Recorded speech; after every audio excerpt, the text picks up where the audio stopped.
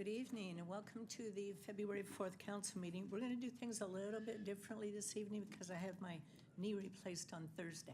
So I'm not going to be going up and downstairs. So if you'd please stand, Councilman Lucio is going to lead us in the flag salute.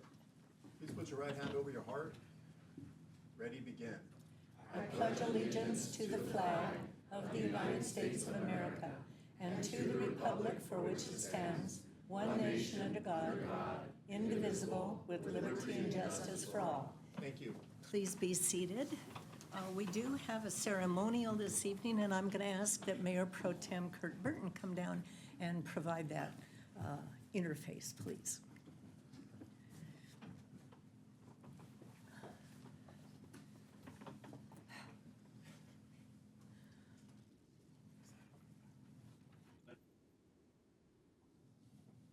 Tonight's presentation, we have the City of Chino 2024 photo contest winners. Congratulations to our City of Chino 2024 photo contest winners. Thank you for sharing your perspective of the Chino community and the culture through your lens, camera lens that is. We received over 100 submissions, and we are excited to recognize the winning photos right here, right now, this evening. Each winner will receive a certificate and Chino swag. What is Chino swag nowadays? It's stuff. Is it some good stuff, I hope? With a gift card and from a local Chino eatery. Their photos may also be used in city marketing materials and on the website. All right, well, here we go. The winner for the category Chino Animals is Sean Gross. Sean, come on up. His winning photo is titled Nature in the Backyard. And that's pretty awesome. Was that taken right here in Chino? Yeah, in my backyard.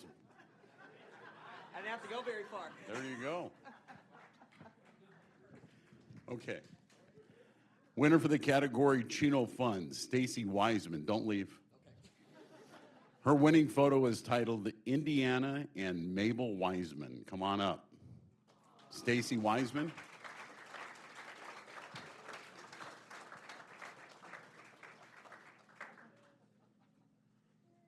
Hi. Thank you.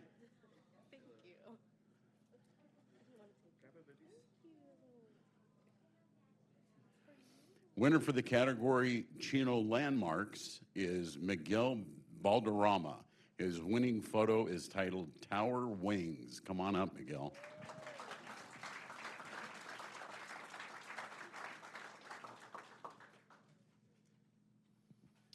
Winner for the category Chino Living is Susanna Aguilar. Susanna, come on up.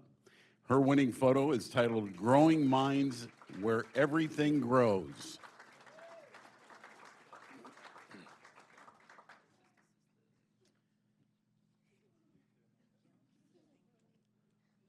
Come on up here. You guys don't go anywhere either. You stay here. Winner for the category Chino Nature is Tirthankar Dipkanar, and his winning photo is titled Serenity at Prado Regional Park. Well, that's beautiful. Very nice. Come on up. And the last person, we're going to acknowledge them, but they are not here. And the winner for the category Chino Sports is Isabella Chavez, and her winning photo is titled Jump Ball. So how about a big round of applause for all of our winners? Some serious creativity going on, and we certainly do appreciate that. It's a testament to who we are as a community and the things that just go through our minds. So great job, you guys. Thank you very much. We're going to get a photo real quick.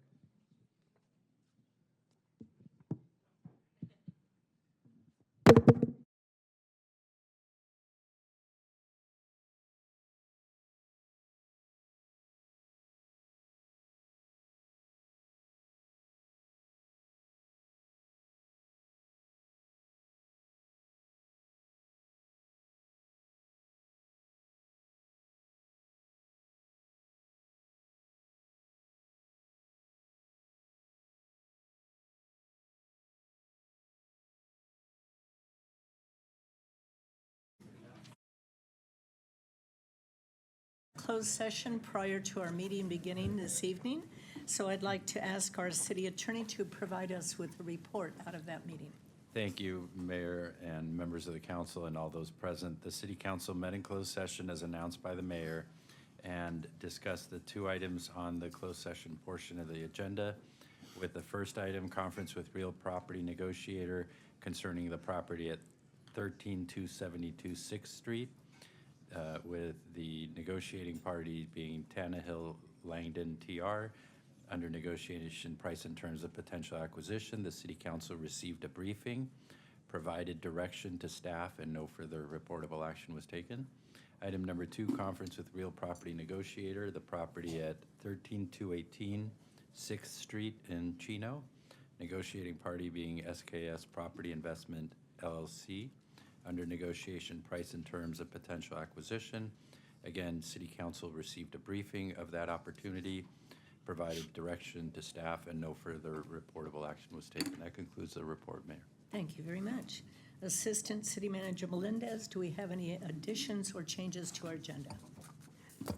No changes to our agenda, Mayor. Okay, thank you very much. Next, we have public announcements. First, I would like to thank everyone who participated in the 24th Annual Run for Us Memorial 5K just this last weekend. Over 1,100 people from around the region united to celebrate the memory of fallen Chino police officer Russ Miller. I want to extend my congratulations to the winners and thank everyone who came out to show support. All proceeds from the Run for Russ will support the Chino Police Officers Foundation, which aids our community in times of need. Now, if you're looking for another exciting race, the final leg of our Triple Crown is right around the corner. Please join us for our on March 1st, for our annual Chino Youth Museum Derriere 5K and Fun Run, starting at 8 a.m. 8 a.m. at Ayala Park. We will be celebrating 25 wonderful years of the Chino Youth Museum with a 5K and a kids fun run, perfect for the entire family. Visit ChinoYouthMuseum.com to learn more. I also encourage you all to visit the Chino Youth Museum with your little ones and discover Chino's rich history through the hands-on exhibits and exciting programs. Now, looking ahead into March, we invite you to celebrate health, wellness, and nutrition at our annual Healthy Family Day on March 15th at the Neighborhood Activity Center. The City of Chino is partnering with the Chino Valley YMCA for a family-friendly celebration featuring exciting competitions, kids' activity stations, photo booths, and a superhero meet and greet. It's a day you won't want to miss. For more information, please visit cityofchino.org/HFD. And lastly, please note that City Hall will be closed on Monday, February 17th in observation of President's Day. City Hall will reopen the following day at its regular operating hours of 7:30 a.m. to 5:30 p.m. Now, the next item on the agenda is public communication. This is the time and the place for the general public to address the council on items that do not appear elsewhere. I will be calling the written request to speak first and then open it up to anyone else who have comments on items not on the agenda. Our first written request to speak is Chaplain Keith Roby from the Chino Valley Fire District. Now, Chaplain Roby is going to lead us in an invocation, so I invite all of you who would like to share with us, please stand. Thank you for the privilege of being here tonight, Mayor. For those of you who are so inclined, let's pray. Heavenly Father, we are so grateful for this day, Lord, and the ability just to be able to serve our communities. Lord, we pray for the families and the victims of the fires in our state and the floods in North Carolina and on the East Coast, Father. We pray that you would give those families strength and a hope that only you can provide them, Lord. Give them the resources they need to move forward in their situations. And we want to pray for the first responders as well, Lord, that you would just protect them from the hazards that they face and bring them safely home to their families. Father, I pray for our city council and ask that you would continue to give them wisdom and direction in the decisions that they make, that those decisions, Lord, would glorify you and that they would benefit our community. Lord, we just pray for your continued protection over Chino and We give you all the glory. We pray this in Jesus' precious name. Amen. Amen. Thank you, Keith.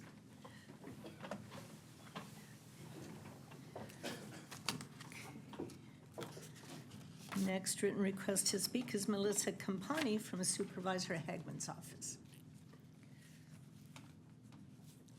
Well, good evening, Mayor, council members, staff, and of course, our community members.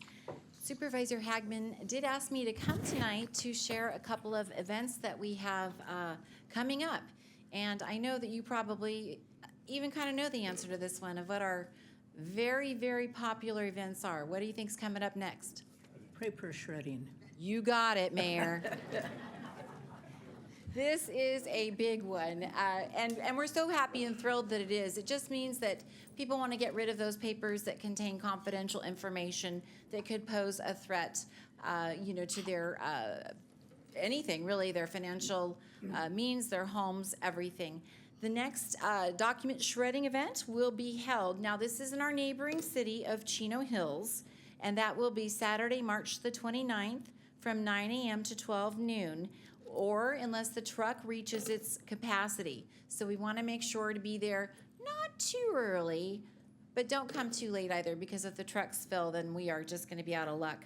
The location will be the shop's overflow parking lot. The address is 13920 City Center Drive. This is a free event for San Bernardino County residents only. The documents will be shredded there on site. We are asking that people limit their shredding materials to 3 standard size filing boxes.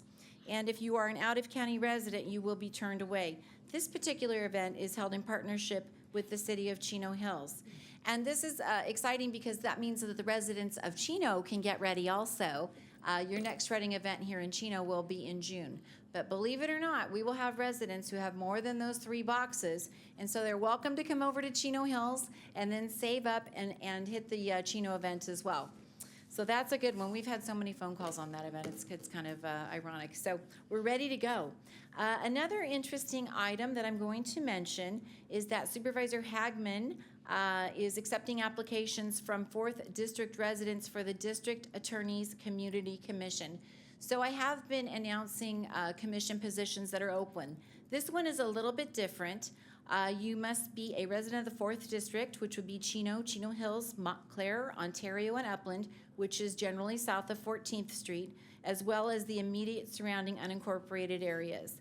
And I have an email address, resumes, and a list of questions. And the ideal candidate should be willing to have open and honest discussions on sometimes difficult topics with the other members who have opposing views. This is an appointment to this commission is an 18-month term with no reappointments. The application deadline is coming up March 1st, 2025. And I will tell you that I had the honor today, our staff had the honor of having a meeting with Jason Alexander, our district attorney, and it is really interesting. Anderson, not Alexander. Did I say, and I knew that, sorry. That's okay. Thank you for that. He's very interesting, and there is a lot of information to share, more than I even could have imagined. And this would be a good chance for community members to have these discussions, no matter which way they feel, and then share the information with the community. So at any rate, like I said, the application deadline is March the 1st. If you want to email, it's 4th District spelled out at bos.sbcounty.gov, or you can always contact Supervisor Hagman's district office in Chino Hills. Thank you so much. Thank you, Melissa.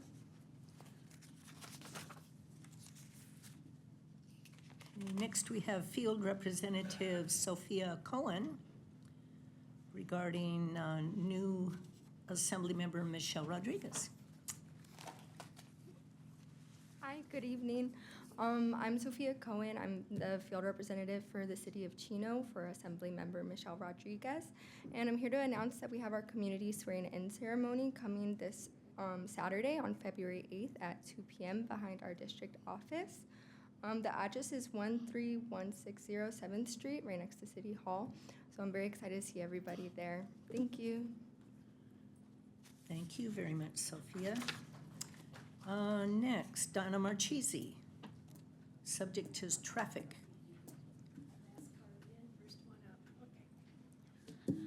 Hello, Mayor and City Council. My topic tonight is not cats, but traffic. I've had a couple of near accidents recently, and I'm just fed up with traffic.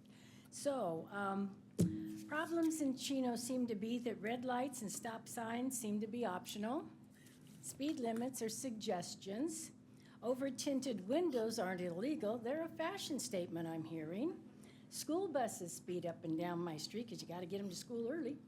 And passing on the right in intersections is the new normal. So the recent problems I had was leaving Corner Bakery, left-hand turn lane. I got a red light. Everybody's going zoom, zoom east. Somebody decided they wanted to turn. Just as the light changed for me to turn, I've got somebody right in front of me. Same thing on a right-hand turn the other day. I had 2 in a week. So had a school bus pull out of Independence onto Yorba. A guy in a little pickup had to swerve over to the side to avoid hitting the school bus because she just thought, I'm bigger, I'm going. So I've been working on this problem, according to my notes, since 2009. I have been calling about problems in just my area, but this is citywide. So I'd like to see a dedicated residential enforcement officer, maybe like your dedicated commercial enforcement officers, that can just maybe go around and just sit and hand out tickets.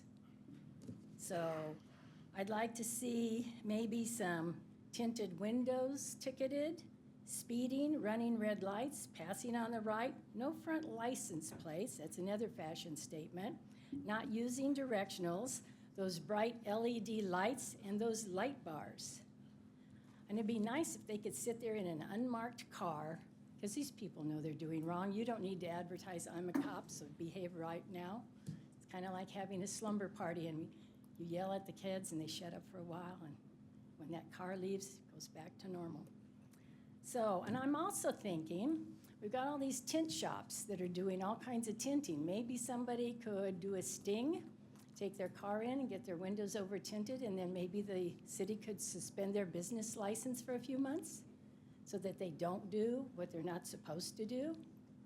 So just my thoughts. So what do you think? Can we do some enforcement here? Can we have a campaign or something? Because it's getting really bad out there. Well, I agree, it's getting bad. My husband and I see it all the time, Donna. I mean, and you're right, now it seems like speed limits, stop signs, stop lights, there's suggestions, especially to the young people. I don't know, things have changed a lot. I'll tell you what, I'm gonna ask Kevin to give you a call maybe tomorrow, and I think you've come up with some good suggestions. Don't know how enforceable some of them are, but I agree. I really wish people would comply with the law. I don't understand, the cops are patrolling all over the place, and no license plate in front, just give them a ticket. Why are we picking and choosing? I understand if you get a 911 that Don is choking Bob because he didn't put the toilet seat down again, you have to rush. But if you're just driving around and they're doing stupid, just give them a ticket. Maybe the word will get out that this is a town where you just don't get to do stupid and get away with it. Yeah, I agree. I mean, there's so many times we see things and you look for a black and white and there's none around. It's like, darn, wish they were there. I just started the police academy thing today. In 7 weeks, I guess I get my badge and my gun? Maybe not. Yeah. Uh-oh, we're all in trouble. Thank Donna, you. thank you so much. Boy, she's right, it is aggravating, I'll tell you. Okay, Diana Boudreau to thank us for opposing Rule 111 and 1121. Mayor, council members, I just want to say thank you. I just came to say thank you. I didn't know you had a big crowd today. We like our gas appliances. We really do. The hot water heater, the range, the furnace, we like them. And they're energy efficient, by the way. Technology has advanced so far that our appliances are now energy efficient. They're not like back in the day. And this rule is onerous, burdensome, costly, because nobody has figured out the true costs. We all know what it takes to cool in the summer. That is going to transfer to winter. It will become a year-round cost because we do take advantage of the reduced with natural gas. We just love it. We take advantage of it. I understand everything's getting cleaner. Technology has advanced to a place where that application, any appliance you go buy meets those standards. And the same with extraction. Technology has also improved with extraction as well. But to put that on the general public, to put that on working families at any point in the future, at any point,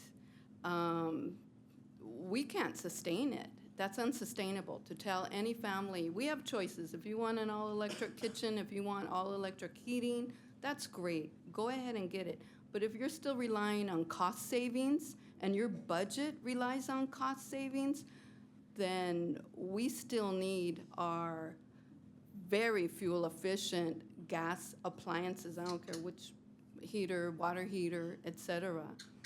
To transfer over an entire grid is going to take PUC rate hike, rate hike, rate hike. It's just not practical. It sounds great. I'm sure it's well-intentioned. I'm sure the motives were great. But if we want to talk about air, if we want AQMD, I'm sorry, you missed the bus on this one. Way, way out. But because we're now dry dock, AQMD, just go ahead and look at 3 rows of the 60 that are dedicated to 18-wheelers. And you want to talk to me about carbon emissions? And that's only because we became dry dock. So AQMD, South Coast AQMD, dial back. We cannot sustain that as just a family, I fear. And that's all I wanted to say, and I want to say thank you for opposing that. Thank you for going on the record. I appreciate that. You're welcome. So that the public understands, I signed a letter opposing those 2 rules to AQMD. Many cities have opposed it as well. Thank you. Next is Mo Mendoza.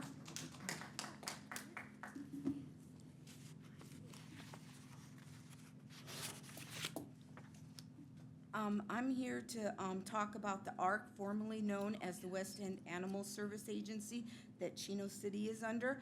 I would like assistance from the city of Chino and the council member and the mayor. I'm a resident of the city of Chino, District 2. My issue regarding the ARC is as followed. 1, denied a reasonable opportunity for public comments to express my opinions and concerns on matters within the legislative body and jurisdiction of the ARC. I have asked for public comments to be at least 3 minutes long. I would prefer 5 minutes like the Chino City gives. Per the chair, Paul Leon's own words, he makes the rules and what he says goes. He runs it and he is the mayor. And during his city council meetings, only 2 minutes are given. He was very upset when one of the agendas was released with a 3-minute time frame, and I was demanding my legal rights under the Brown Act to use all 3 minutes when he only wanted to give me 2 minutes. I had to stop and look at the appointed attorney for the ARC board to intervene and explain it would be a violation under the Brown Act not to give me the whole 3 minutes. Usually the agendas in the past had no time limit or 3 minutes, but the public was only given 2 minutes per Paul Leon. Since I am a resident of City of Chino, I am asking for support by written letter from the City of Chino council members and the mayor requesting that the public comments at the ARC board should be at least 3 minutes, no more than 5 minutes. I would like to know in 5 working days if the city will provide such a letter on behalf of the residents of the City of Chino for a reasonable opportunity to express opinions and concerns to the ARC board. Number 2, the voting rights of all cities on the ARC board. All policies have been written that Ontario City holds the controlling vote. This can be confirmed by the ARC board's agendas and by the Ontario City Council's own words during their meeting held July 16th, 2024. You can watch the Ontario City Council meeting for July 16th, 2024 on the City of Ontario's website and go to the time frame of 1 hour and 35 minutes. You will see and hear it for where the city manager, Ocha, and the city council member, Bowman and Wapner, are confirming they have the weighted vote and that the smaller city contributing less will not outweigh them since they are contributing the most to the Joint Powers Agreement, the GPA. They even said they don't want to make the same mistake that they did in the past where smaller agencies could outweigh them in key decision-making. The city manager, Ocha, assured them that the JPA is written, that there are key decision-making points written in the GPA where Ontario does hold the weighted vote. I have read the ARC JPA, and what the city manager, Ocha, said is an accurate statement that he had made. My understanding of all this is that the city of Chino really doesn't have a vote that matters at all under the board policies and the GPA. I'm asking for the city of Ontario to do a presentation during a city council meeting and go over the pros and cons of the ARC policies, the GPA, and the voting rights that the Chino city has under the ARC GPA. Issue 3, issue with no contract with a veterinarian. I wrote a letter to the WISA board, now known as the ARC board, and submitted it on 12/5/2024 regarding this issue, and have not heard back from them. There is no agenda or contract in place regarding veterinarian services for the temporary or permanent ARC. We have no idea what kind of services they will be offering when it comes to medical care or TNR. If the city of Chino can find out if they will be doing medical care and TNR for the animals, or just be doing intake of animals and adoptions of animals. I have also attached a copy of my letter that was given to the WISA board. Number 4, that the city of Chino also posts the ARC board meetings on their website so their residents know when the board meetings are. When the city of Ontario doesn't post the agenda, we can also look it up on the Chino City website, because they apparently had a meeting, and as you know, under the Brown Act, it has to be posted. It was not posted. Thank you. Okay, thank you very much for your notes, Mo. And I will be discussing this with our city manager. Thank you very much. Okay, those are the only written requests I have to speak. Is there anyone in the audience that would like to address the council on an item that is not on the agenda? Okay, we have a tradition here, and that is when we have students or Boy Scouts here that are attending the council meeting for some kind of credit on either a badge or a class, you're actually required to come up and give us your name, state why you're here, if it's for scouting, what your troop is, who your troop leader is, and what badge you're working on. So I see some scouts in the audience. I don't know if there are students or not, but there's also scouts. So I invite you to come on up. They may be here for the fireworks issues. Doesn't matter, they still have to introduce themselves. It's required.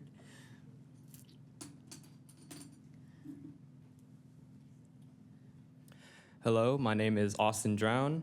I am the senior patrol leader of Troop 202, and a lot of us are here to get the requirements done for the communications and for the citizenship in the community, citizenship in the community merit badge. Terrific, thank you very much. I'm Zeke Reyes. I'm part of the Time Traveling Pancakes Patrol of Troop 202. I'm here for the Citizenship in the Community badge. What is the time traveling pancake troop? Just our patrol name. Oh, okay. I'm Nicholas Eggers. I'm the patrol leader of the Exploding Waffles Patrol, and I'm here on some requirements on the Communications Merit Badge. Exploding Waffles. Yes. You have an interesting troop. Okay, can't wait to see what's next. Hello, my name is Aiden Flores. I'm the patrol leader of the West Coast Capybaras, and I am working on public speaking and citizenship in the community. Thank you for coming. Sounds like a lot of future firemen. I know. I'm Braden Drown, and I'm part of the West Coast Capybaras Patrol, and I'm working on my citizenship in the community and my communications merit badge. Well, thank you, young men, for being here this evening. Let's give them a hand.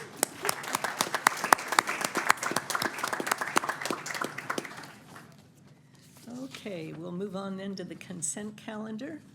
We have 5 items on consent. Do any council members wish to have any items pulled for discussion? Seeing none, then I would entertain a motion in a second.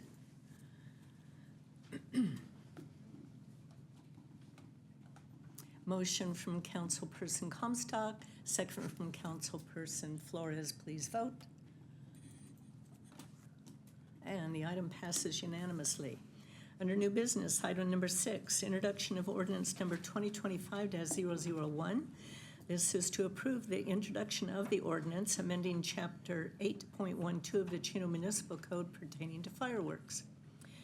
First, I would like to call up Sylvia Avalos, our Director of Community Services, Parks and Recreation, and Nikki Love, our Strategic Initiative Manager, for a presentation this evening.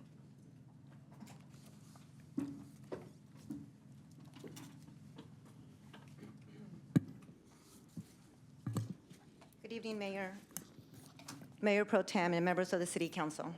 The Community Services Park and Recreation Commission is charged with oversight of Title 8.12 of the Chino Municipal Code relating to the sale and discharge of safe and sane fireworks. At the October 28, 2024 Commission meeting, an investigation and hearing was conducted due to a fireworks booth operator violation of Section 8.12.110 of the Chino Municipal Code, which states each stand must have an adult in attendance to sell or serve as watchman while fireworks are stored. And the California Code of Regulation, Title 19, Chapter 6, Article 13, Section 991.1, which states retail licensee may store unsold stock in a place and manner approved by the fire authority having jurisdiction until stock is returned to the wholesaler.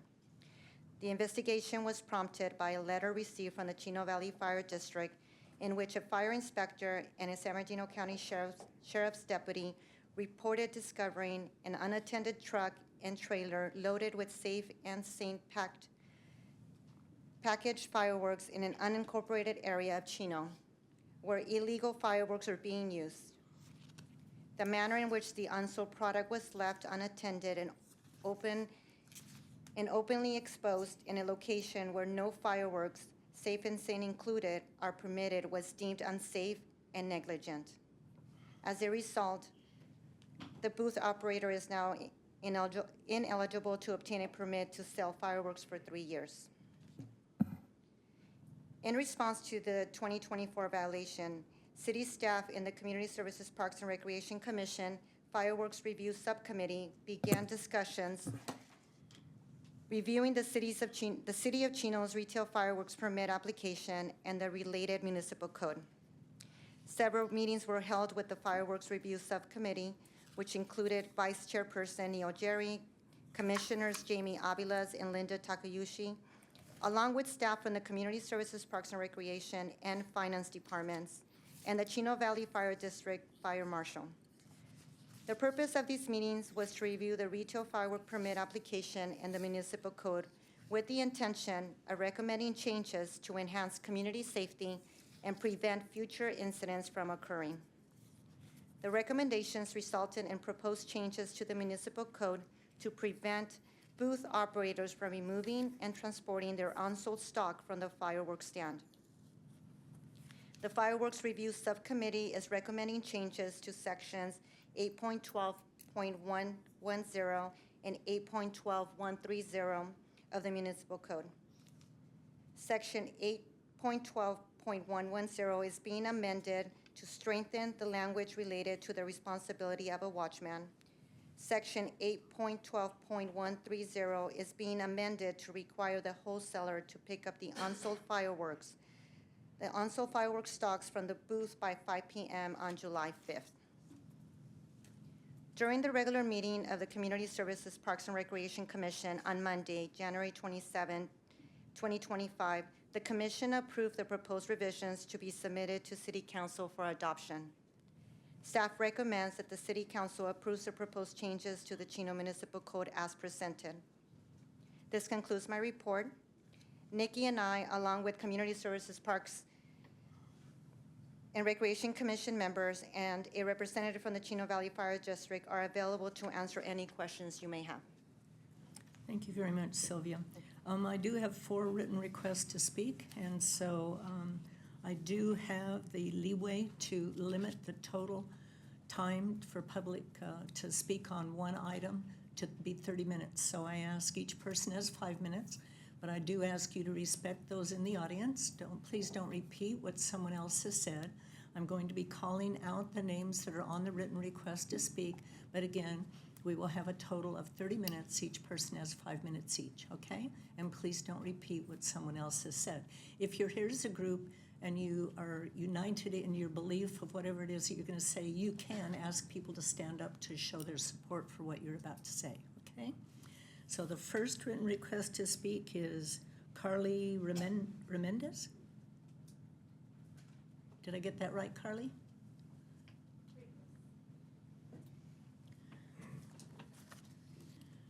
Good evening, my name is Carly Vermender, and I'm representing Don Lego Band Boosters.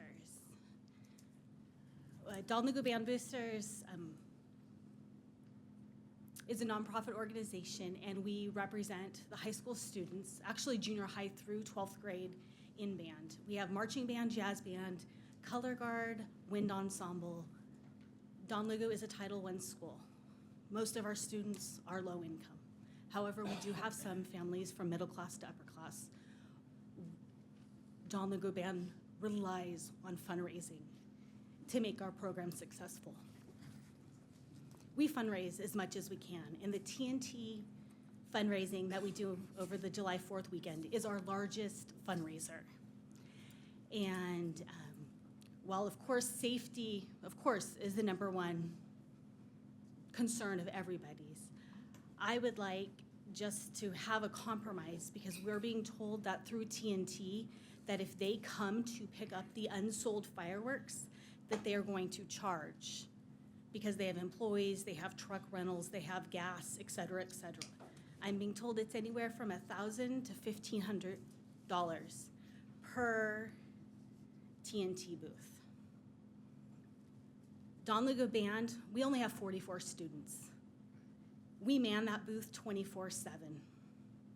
We don't have enough volunteers. Unfortunately, some of our families, single mom, single dad, and they're working, or they're trying to meet the needs of the younger children. So getting volunteers is really, really hard. However, we do it. And the fundraising booth brings in a lot of money, but because we don't have that many volunteers, we have partnered with Don Lego Dance Boosters. Don Lego Dance has about 12 students. So together we have about 50, 55 students. And all of the volunteers work really hard. We are thankful that the city gives us the opportunity to sell these fireworks that are safe and sane. And I'm just asking that you come to a compromise that will keep everybody safe, allow the nonprofit organizations to sell their fundraisers, their TNT fireworks, to follow the guidelines that were given. They included new wording as watchmen. We had staff there 24/7, even on the graveyard shift. We had 2 adults there. And so I'm just proposing that we keep it the way it is, and maybe that there's more checks to make sure that everybody is following the rules and guidelines that were already given, so that we can, after the sale of the fireworks, return the fireworks to TNT at our expense without taking that $1,000 loss. It's $1,000 out of our budget, out of our profit, but next year, how much more is it going to be? Employees are going to be making more, gas may or may not be more, truck rentals may or may not be more. So we're just wanting it to either stay the same, or I've heard in the past that they've allowed TNT to do pickup with like a centralized pickup location within the city of Chino, where the nonprofits deliver the fireworks to TNT. So that way there's no taking fireworks home and not following the rules like they weren't supposed to be doing anyways. So thank you very much. I'm here to support Don Lego Band and Don Lego Dance. Thank you for being here, Carly. Next is Aiden Flores.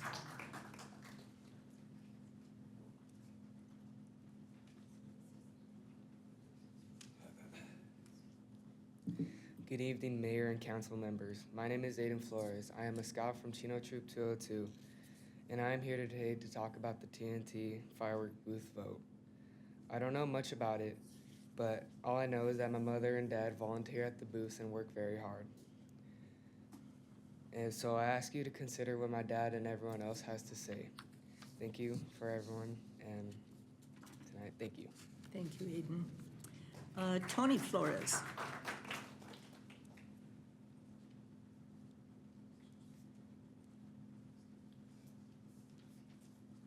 Hello, I'm Tony Flores. I live in Chino at the 1200 block on San Antonio, and my son attends Allegiant STEM Academy football, and my daughter attends Chino High School, 77th Cavalry Band Color Guard, and I'm a scout dad, and my son is a scout in the Rugged Men of Troop 202. I am here today to echo what the previous speaker spoke on with the verbiage of, I came home, and this was just a short notice. I came home Thursday. I went to my committee meeting on Thursday night, and this was presented to us, and I'm like, wow, we're going to be voting on it tonight, or you guys are going to be voting on this tonight. And that doesn't give us much time to prepare or anything. So I'm at home. How am I going to break this to my wife, because she's the band on the board of the band of Chino, and they work so hard, and we work so hard as parents and as adults in this booth. And then she comes home, and she has a tear on her eyes, and I'm like, oh no, Mama's not happy. And all of you men know when Mama's not happy, nobody's happy. So I am here tonight to ask you, number one, to pull this from the agenda so we can discuss it more. Or number two is what I have from TNT that I've been in negotiations with to present to you tonight, okay? So, how do we return the fireworks in 2025? Like they said, you know, the proposal language mandates the wholesaler has to pick up. Currently, to get an appointment time at the TNT facility in Rialto, return the product to any other rented items, get a printout of your return, all done in your presence. This revision states the wholesaler must pick up the product. Well, this will impose, like she said, anywhere from 300, which we usually sell out. So it's still going to cost us for them to come and pick up a box. We're still going to have to pay, and that hurts our bottom line. Other folks throughout the years that I volunteered, they've had several boxes. So that's going to they're going to be charged like $1,500 because it takes more manpower to haul that and count it to Rialto. So, you know, this hurts our bottom line. I know safety is everyone's concern. There are over 25 locations that operate in Chino. So this is what TNT is proposing, and this is what I propose tonight, that you amend this, okay? TNT would establish a central return center in Chino on July 5th with 3 processing stations exclusive to Chino groups only. For the nonprofits, this eliminates the drive to Rialto and ensures the same return experience. Starting at 8 a.m., all groups will be processed by the city until 5 p.m. Requirement at no extra cost to the groups if they pick up in Chino, like I just stated. The concession is that nonprofit groups provide security on the evening of July 4th like we have the other days, satisfying the city's wish to keep unsold merchandise out of the neighborhoods that evening. This will impose 0 cost to each of the booths. And we, as responsible adults, volunteers, unfortunately, you know, they have been penalized for that, but like anything else, it's a wake-up call to all of us. We've even discussed our security at Chino High and our troop, you know, and we're like, hey, we are there. It's just another day for us to spend the night at the booth and be there to take our product in the daytime, you know, to TNT central location. So that's what I'm asking you to try this year, okay? Thank you, Tony, for your input. Thank you so much, Mayor. Thank you, you. council members, public. Okay, next is John Kelly.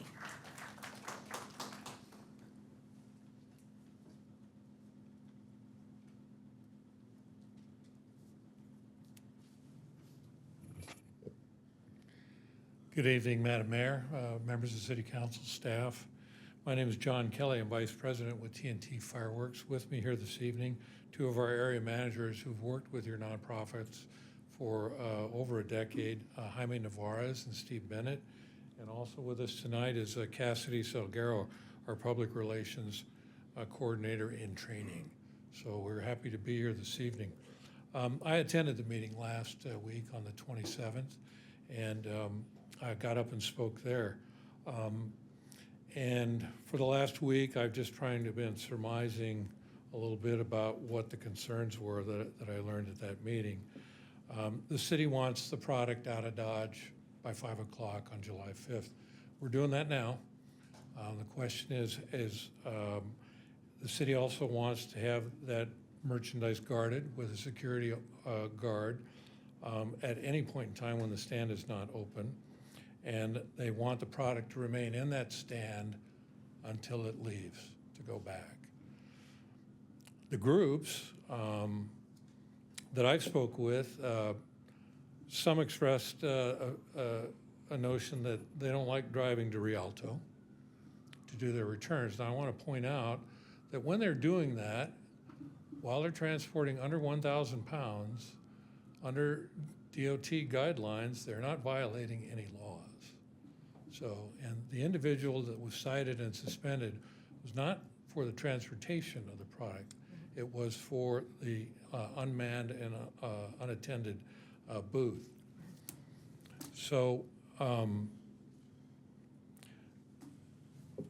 we as the wholesaler are just here to comply with whatever you come up with tonight. Now, at the meeting, one of the commissioners, Takeuchi, suggested the same thing that the gentleman preceding me read to you, which was mysteriously word for word of a letter that I submitted to the city last Friday.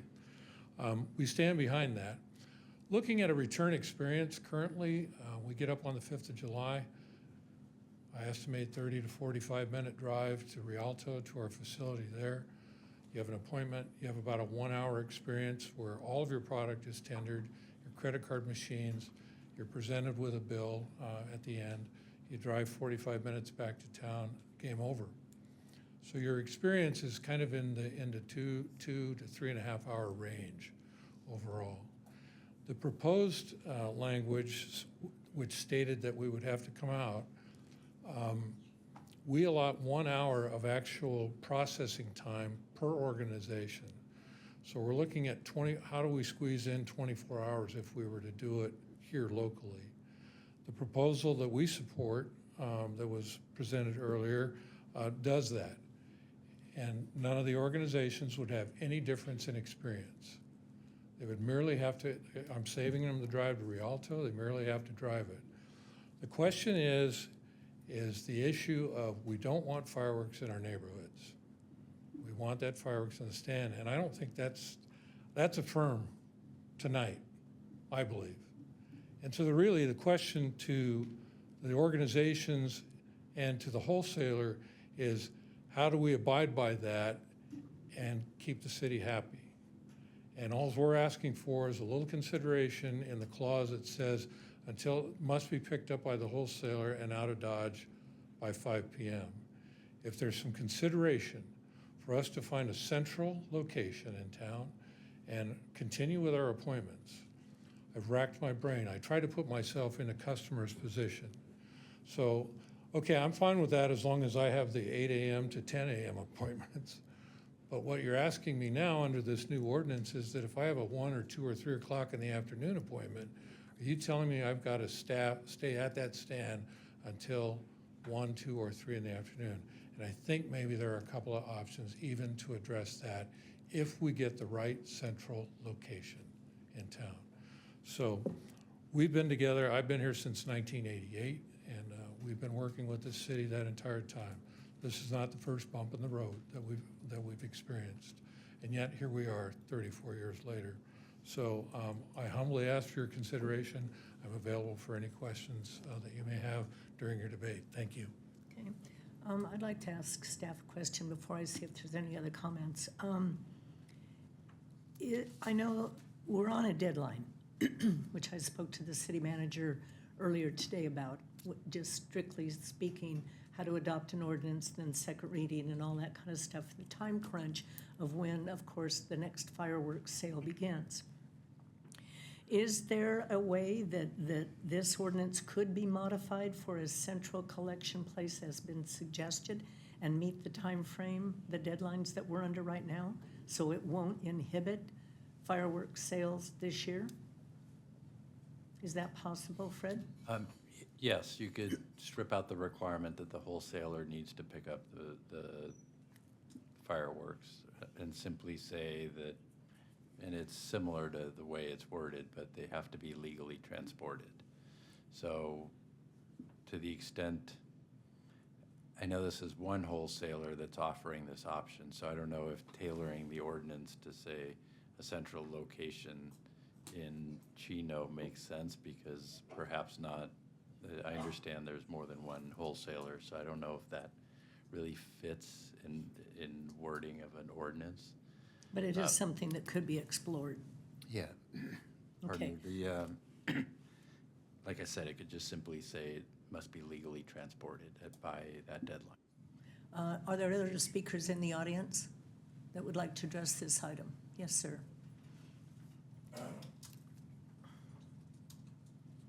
Good evening, Madam Mayor, Mayor Pro Tem, Council, staff. My name is Bobby Martinez, and I'm coming to you as a community member here in the city. I ran a fireworks booth with Don Lugo Sports Boosters from 2018 to 2022. I've worked with Mr. Bennett. I've never met Mr. Kelly, but you know, I'm back there, and I'll be honest, I'm fuming right now. They're working with nonprofit organizations, and now it sounds like they're muscling these individuals to say we have to pay $1,500 for a service that they should be rendering anyways. And from my understanding, it happened maybe 10, 15 years ago. This service was occurring. TNT has, I believe, the whole San Bernardino area, okay? They have, I don't want to say it's a monopoly on things, but when they're speaking right now, everybody's thinking it's TNT we're contracted with. We're not. There's other entities out there that we can go to. And when I ran the booth, I thought it was just TNT.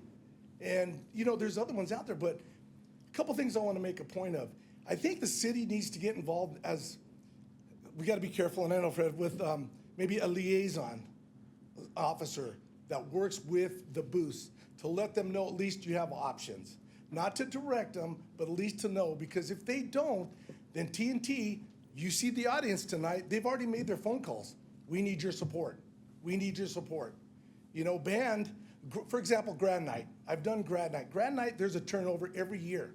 Okay, Grand Night, you're just getting parents that their kids are graduating that year, they're gonna run your booth, and that's it. And they're gonna transport now, your fireworks, what's left over, to Rialto. I know we've had booths here that have been working with TNT for 10, 15 years, okay? We've had that. But, we gotta be careful when we have one organization that now has control over this. And that's what it sounds like. And everybody in here that has come, they're supporting, like, we cannot afford to pay the $1,500 or $1,000. You got 24, 25 booths out there, it's $36,000 for a professional driver to come and to take this. I mean, I'm hot right now, and I apologize for that, because we're working with nonprofits. These people are out there volunteering 4 or 5 days working with kids. It's all for the community. And for them to tell us that we can't do this because we have other organizations out there, I'm sorry, Mr. Kelly, Mr. Bennett, but I've done this, I've worked with you guys, and I know it's all about pushing sales. It's about the almighty dollar. And I hate to say it like that, but I've talked with booth operators that are current booth operators. I'm going to remain anonymous with those, but they've told me we've gotten calls already. And TNT, they'll contact you January to get that contract for the rest of the year. So you're contracted with them. So this is food for thought for you guys, something to think about, because I really believe the city needs, for this magnitude where we're in right now, I think we need a liaison from the city that at least can give direction sometimes with the booth. And I know there's a lot of liability and legal standards with that, but I think as a booth operator, if I can come to somebody from the city and say, hey, is there other organizations out there? Yes, here's a list of them. Can't direct them, but maybe give a list, something like that. So That's all I have. And I apologize. Because I'm so passionate about the kids in the community, and, you know, I want to stand up for them. And when they're saying we can't do this, it gets me. So, sorry. Thank you. That's okay. Thank you, Bobby. Anyone else who would like to address the council?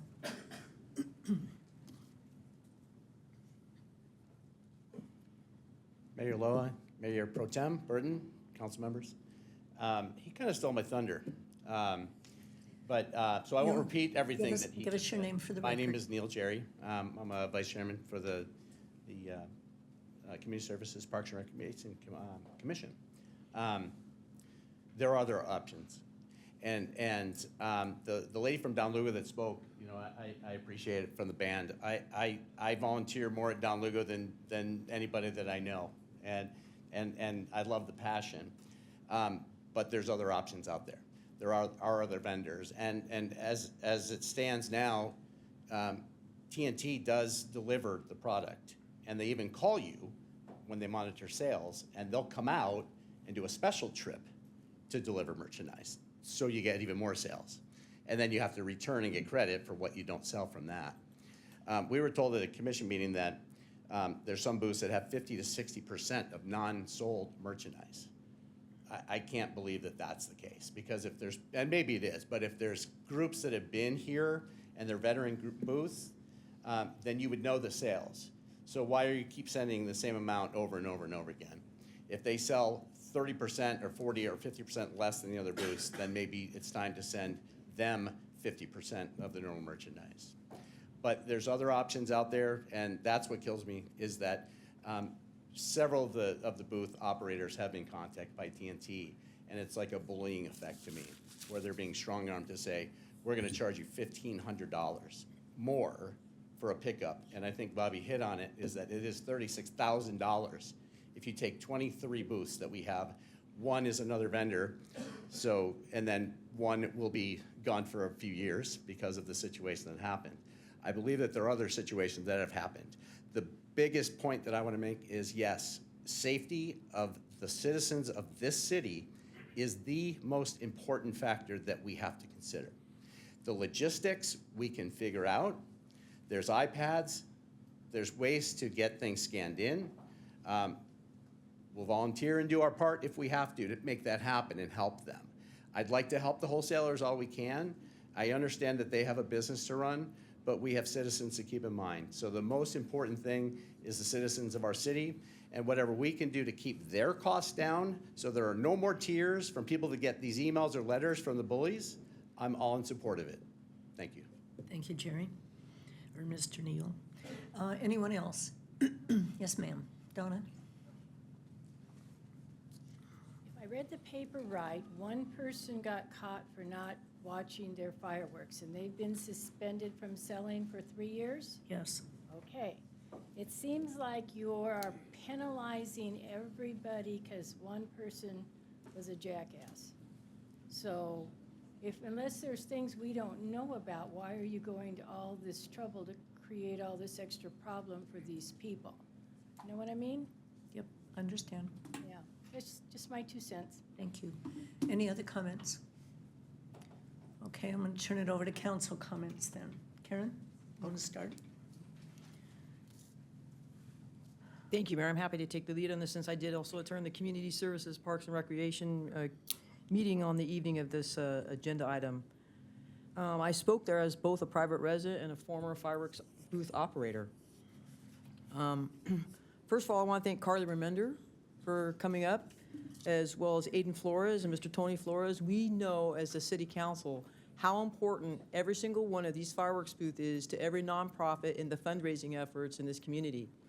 We know that it is important to you and to the sustainment of your programs. I do have some questions for our staff. When was TNT informed of the proposed changes to the ordinance during this process?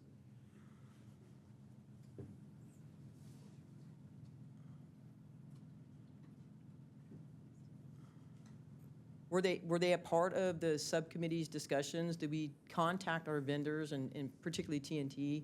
And were they informed of the recommendation of this change? They were not part of the conversation with our Fireworks Committee. We did contact them and met with not only TNT, but a representative from Phantom. Okay. Because out of the 24 or 25 booths, one of those booths are represented from a Phantom representation. Okay. We met with them 2 weeks prior to the, I don't have the exact date, but we That's did fine. meet with them about 2 weeks prior to the Community Services Parks and Recreation So 2 meeting. weeks prior to the Community Services Commission meeting, in some way or form, we contacted, you said, Phantom Fireworks and TNT Fireworks, and informed them of the subcommittee's recommendations to change the ordinance. Correct. Okay. We met with What them. were what were TNT's responses? Good evening, Mayor and council members. At that time, at that meeting, they didn't express any concerns other than, wow, we have to figure out how to process this. Okay. They didn't have any additional questions at that time, and we told them that they are more than welcome to come to that commission meeting. Thank you. How about Phantoms? Same as well. She didn't have any additional questions, and we actually followed up with Phantom afterwards to see, since they've had time to process it, did they have any additional questions? And at that time, she didn't. Okay. Has Phantom or, hold on just a second. Is Phantom and TNT the only two fireworks vendors we have conducting business in town? Okay. Yes. Since the ordinance has been recommended by the Community Services Commission to the council here tonight, obviously TNT has taken exception to it, but what has Phantom taken exception to? Are they also saying they will impose a fee to I don't know how many booths Phantom has, but are they also imposing a fee to the booth? No. So I've confirmed with the Phantom representative that if the code passes, they will comply. And as long as it's due to the code and the ordinance of the city, they will not charge for the pickup. So Phantom will not charge their vendors a fee to pick it up? Correct. Per the code the way it's written right now? If the code passes. If the code passes, the code right. is No, adopted. the way the code is recommended, excuse me. Correct. Okay. Correct.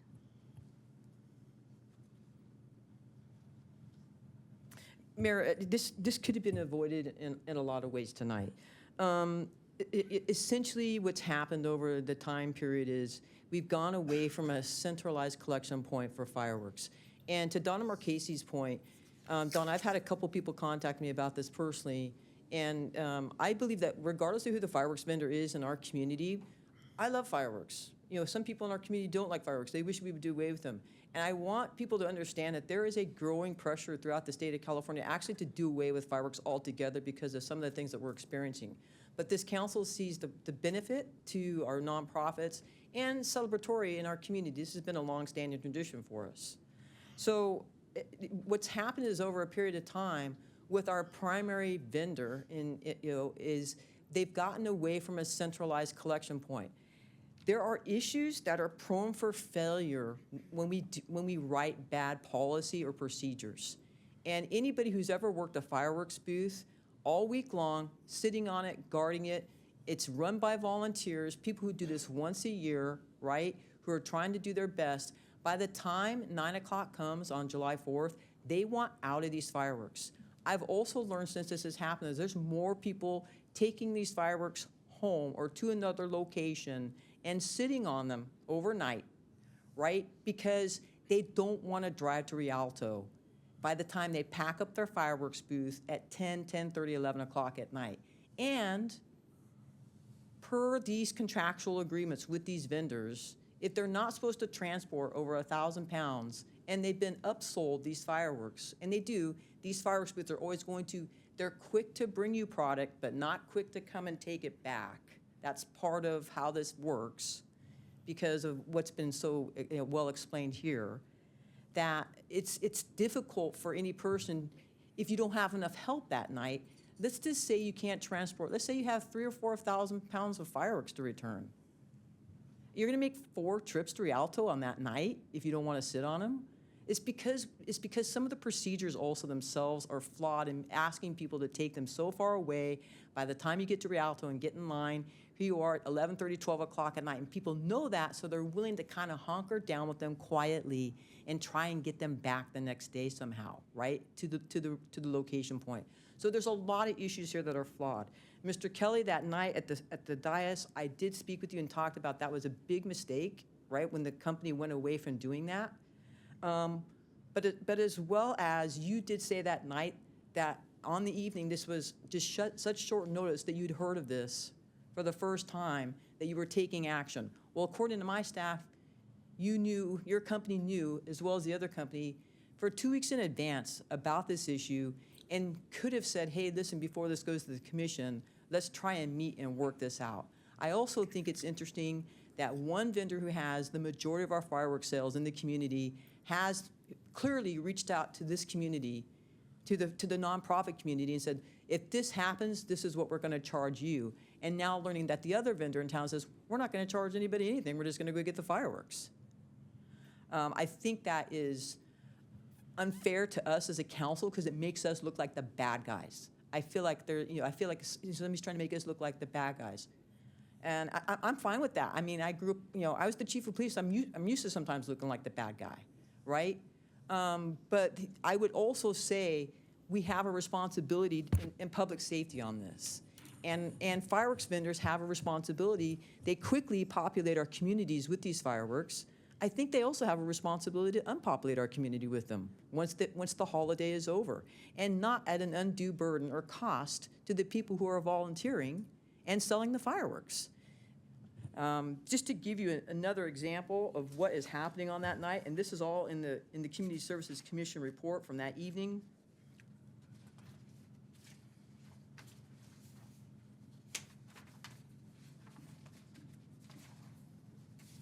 The 2023 net profit after these nonprofit groups, on average, right, after paying the surcharge, the lowest one was $3,897. The highest one in town is almost $60,000, and there's 24 of those. So that gives you some idea of what is, the profit that's being made on these. Now, if you go through all 24 of these, the average booth in Chino is making about $17,800. But not everybody's making that much money in these fireworks. There are some who are making less. It's a lot of work for 4 or 5 days if you've ever done it. In fact, some booths now have to employ a private security guard to sit on those booths at night because it is, to Ms. Remender's point, extremely difficult to get people to stay up overnight and the responsibility of manning them. It's hard work. So I see it's a shame that that the primary vendor in this, I think, has reached out to some of our nonprofits and said, hey, this is what's happening and this is what's going to happen. And I agree with Bobby Martinez on this. I think that it's frustrating, for it to be made out this way. If this council were to decide, to compromise on it, the solution is both. Any fireworks vendor should be willing to come and get those fireworks sooner rather than later, at the location, or at a minimum at a centralized location. And if those fireworks companies had a problem with it, they should have worked with our staff before tonight. Now, we're here tonight. But I find it interesting that one vendor's like, well, we'll come and get them, like you're telling us to come and get them. And another vendor has gone about it this way. So those are my comments at this time, Mayor. I'm sorry it was so lengthy, but I was there. And I think it's important because there was a lot of things left out of public comment tonight. And to Mr. Flores' point, I know it sounds, even by your own admission, you were asked by TNT to come and make those comments. And I appreciate that, sir, but I think TNT also had an obligation to fill in the rest of the story that happened there at that Community Services Commission meeting that night. And those are my comments right now, Mayor. I may have more shortly after that. Thank you, Karen. Kurt? Much of what was on my mind has already been spoken, and I do appreciate everything that Councilmember Comstock had mentioned. I do have a question. Because I don't really know, how does the product get delivered to the fireworks stand? It's our understanding that TNT delivers the fireworks. So so the wholesaler will deliver the product to the fireworks stand, correct? Correct. But yet they won't come and pick it up? Correct, as of right now. They will for a charge, but Mr. Kelly, to your point, I mean, where's your consideration? You drop it off for them to sell, and then the things that they don't sell, you're gonna charge them on top of that to come pick it up. It doesn't make sense to me. Kurt, I'm going to ask you not to address them directly. And I appreciate that, and I apologize. I do believe that our nonprofits are being muscled, and it's extremely unfortunate. And I do believe there are other wholesalers in town that everybody needs to go out and take a look at, because the way, in my opinion, the way you're being treated is not very fair. It's horrible, and you're being taken advantage of. I spoke to a booth operator this last year, and they came to me and they said, hey, you know, I'm really upset because of the cost of these fireworks. You know, an average family anymore cannot afford to come up and buy a box of fireworks. There were people walking away. And it's because, in my opinion, of the muscle job that's going on, and it's very unfair. I do believe that all the nonprofits need to explore another wholesaler to make sure, you know, it's a little bit more even. And that's all I have to say, Mayor. Mayor, if I Yes, sir. actually make a comment, it may be relevant to some of the thoughts that the council members have. You do have a section in your municipal code that requires wholesalers to secure a permit. Right. So it's a different section of the code, but within the same chapter. The thought is you could have a provision there that says the wholesaler shall either pick up the fireworks by such and such date, or provide a site within the city for those permittees that receive a permit for a stand to deposit the fireworks. So you're, in essence, putting that obligation on the wholesaler in that portion of the code. Certainly, we'd have to come back with a change to that different section, but that's an idea. Thank you, Fred. Thank you. Mark?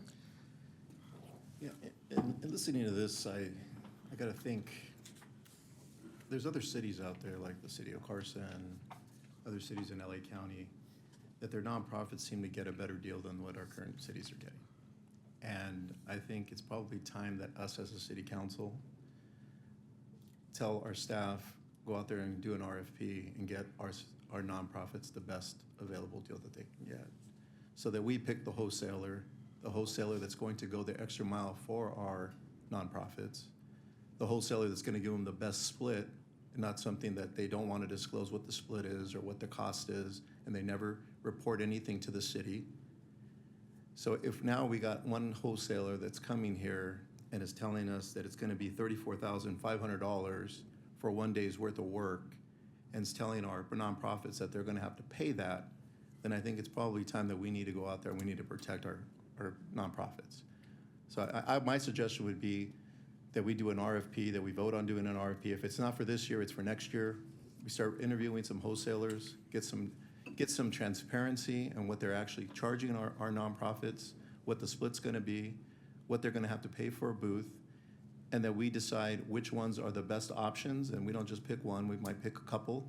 And then when these nonprofits come, if we can't do it this year, we'll do it for the next year. And then they have a choice of which ones they want to pick. And if this person doesn't want to do business with us, we're the only ones in town. There's no other city that sells fireworks. And if you don't want to bend over backwards to help out our nonprofits and instead you want to stick it to them, then I think maybe it's time that we sever our paths with them. So that's my feeling on this. To me, it's amazing, like everybody has said, you're willing to come midway if they sell out to drop them off, but you're not willing to come up and pick them up without charge. That to me right there is just shocking. So my direction would be that we do that, we start moving in that direction, and we as a council protect our nonprofits, because apparently they're being targeted, they're being taken advantage of, and I'm tired of it. Chris? So yeah, I'd like to thank Carly, Aiden, Tony for coming out and making comments. Bobby, Neil, and Donna, thank you for your comments as well. comments are rather short. Donna, you mentioned, the whole issue about just one person got caught, everyone else is getting penalized. Just gathering from some of the thoughts I heard tonight, sounds like just one person got caught, but it is a common practice. And I think that's where the, entire safety issue comes in. Question to our staff, do we know how many of our nonprofits are currently contracted with TNT already for this year? No, we're not aware how many are contracted for this year. Our application is set to go out on February 14. Set to go out February 14th. Okay.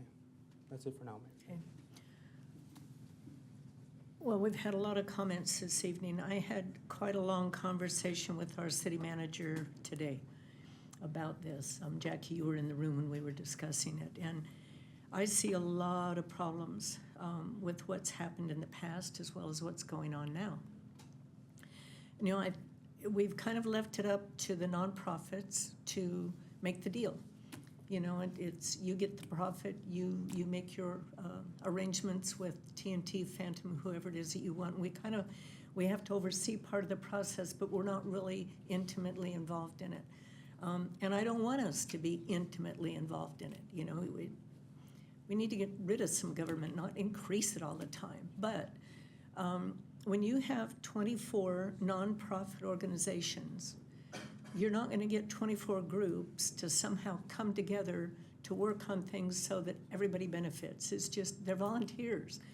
It's impractical. So I do think we need to step up and get involved, whether it's to an RFP mark like you suggested, or whether it's kind of an overall managerial position. I'm really not sure. Maybe what we do is come up with an approved vendors list that we provide to the nonprofits for them to pick and choose who they want to go with. Our ordinance needs to be better, absolutely, and more detailed. I too, Bobby, am angry about the added charges. I mean, they used to pick things up free. They used to unload free. They used to do a lot more. And now it seems like the vendors are doing less and the nonprofits are having to do more. And yeah, Donna, it was one group that got caught, I'll say. Not that it hasn't happened before and not gotten caught, but Donna, all we need is one bad incident. Say where this trailer had been, if an illegal had hit that trailer and it exploded and killed people, then it would be a monumental problem. So now that it is exposed, we have to figure out how to do it better. Will a centralized pickup point be a good idea? Not sure. You're going to have to work with different vendors, especially if we come up with a approved vendor list where there's multiple vendors. But there needs to be a better way of handling this. It was mentioned, I think it was Tony, I think it was you that said when you turn the fireworks in, they have to give you an inventory. It takes about an hour. You have to get this printed out list. If you have a centralized location, someone's going to have to be there to check everything in and give you that list to verify what you're turning in. I don't know whether you could prepare the list, turn it in, have them validate it. Not really sure of the logistics right now, and we can't get into that. But I'm not happy with the way things are working. And our nonprofits work so hard, and it's for the benefit of the kids in the community. This isn't, sure, TNT and Phantom are making a profit. That's their business, that's their livelihood, granted, but these are people taking time out of their lives to help their kids in the community out of the goodness of their heart. And yes, people do change. Bobby, I agree with you. The parents involved right now, their kids will grow up and get out of school and there'll be another group that moves in. So you're not going to have a consistency in the volunteers. Now, our city manager impressed upon me that we really need to do something tonight because of the pressure of time. When you look at the ordinance, second reading, getting it implemented and all that kind of stuff. I am hesitant to enact this ordinance right now under the threat that TNT said they're going to charge $1,500 per vendor. Some of these vendors, some of these nonprofits only made $3,000. You charge them $1,500 to pick up unused product. Why are they even having a booth? It doesn't make any sense. So we do have a meeting in 2 weeks. I would like to delay this 2 weeks to see if staff working with volunteers from the nonprofits can get together and come up with something that's acceptable now, knowing that we're going to revise this, get the city more involved. We're not going to take it over. I don't want the city to take it over. But Mark, I like your idea of an RFP, whether we do that or an approved vendor list and help coordinate and have a point of contact. Like the, not coordinator, what did you call it?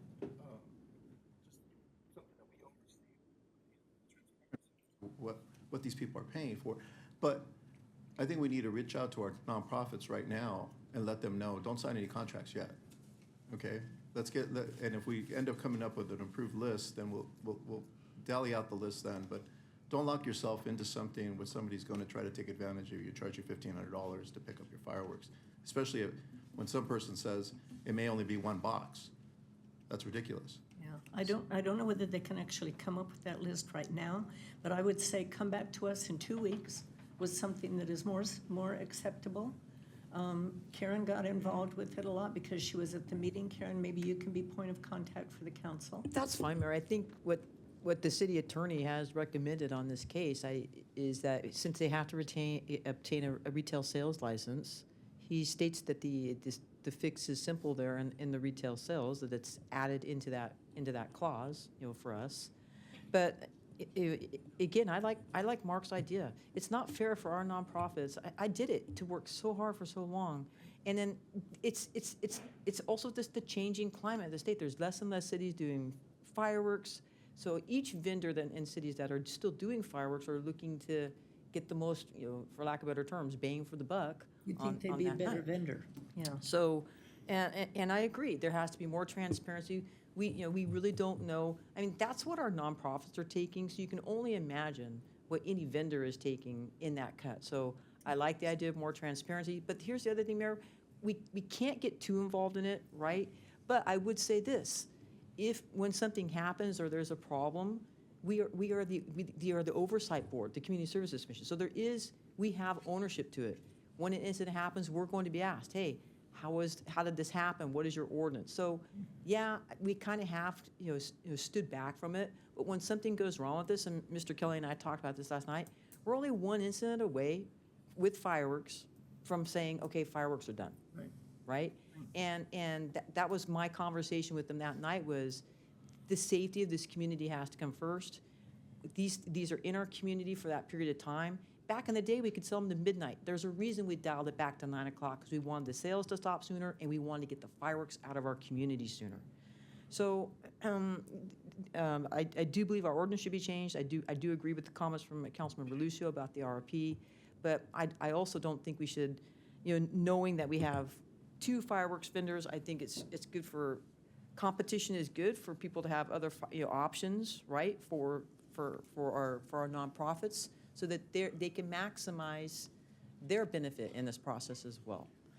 Well, I think what the thing is there actually is more than 2 vendors. There is. It's just yes. The city hasn't, or the nonprofits aren't aware of the additional vendors. We have But 23 are with TNT and 1 is with Phantom. And like the mayor said, they're not getting together to try to come up with a better pricing for themselves. Right. They're being dealt with individually and they're getting what they get. And, fortunately, this is their biggest fundraiser, so they're taking whatever they're giving them, and that necessarily isn't the best deal. So in that sense, I feel because they are part of our community, they are involved in our events, they are representing our kids, we need to help them to make sure that they're getting the best deal. Well, let's turn this back to staff, okay? We'll pull this item for 2 weeks, bring it back in 2 weeks with a resolution. And I do think it is also, unfair for the manner in which this message was delivered to a lot of our nonprofits tonight. I apologize to you for it being such a knee-jerk reaction to you, but also you need to know that it wasn't on the night of the Community Services Commission that any of these vendors heard about it. They heard about it well in advance and had an opportunity to come up with the solution to that in advance. And I think that there were some vendors out there that were shocked when they said, no, safety of these fireworks is our primary concern, especially now we know this has been going on for a period of time. Things have to change. So and to Bobby's point, I don't appreciate, how it's happened tonight, but that is how sometimes things happen. But also that's sometimes how changes get initiated. So thank you for everybody for coming here tonight. Please keep your options open for the benefit of your nonprofits. And Mayor, I agree with the recommendation to pull the item and have it returned in 2 weeks. Time is of the essence on this. Yes. I do have a question. Yes. So it was mentioned earlier that the applications open up on the 14th, right? Right. This is gonna be put for 2 weeks, which is gonna take us after the 14th. Would it be an idea to suggest that we, don't open that up? Delay the application,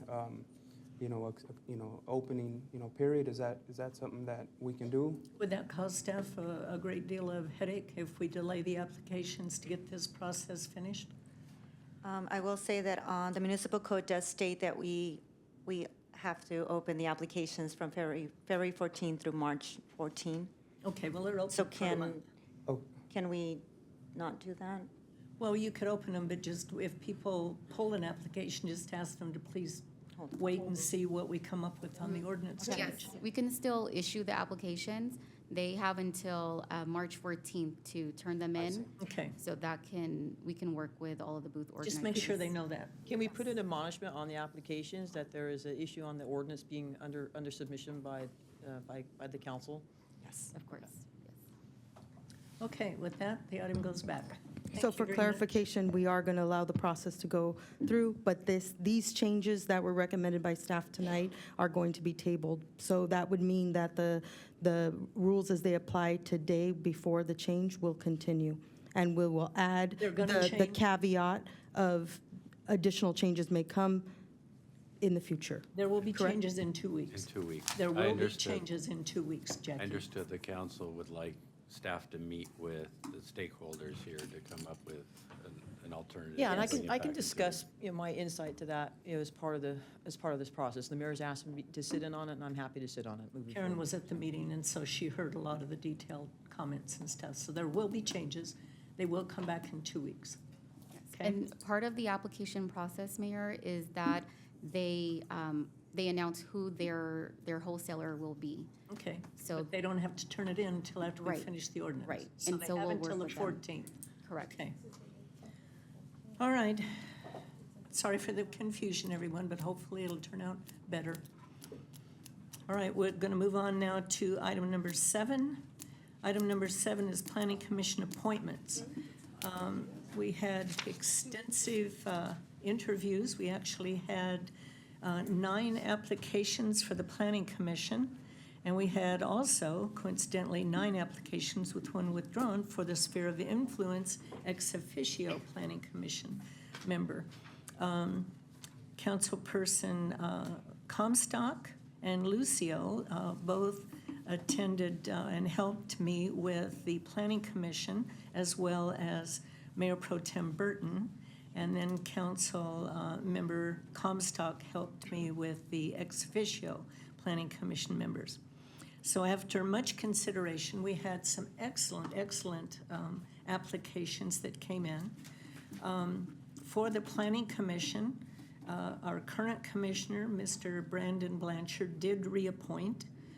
Brandon has lived in Chino for 31 years and has been on the Planning Commission since 2009.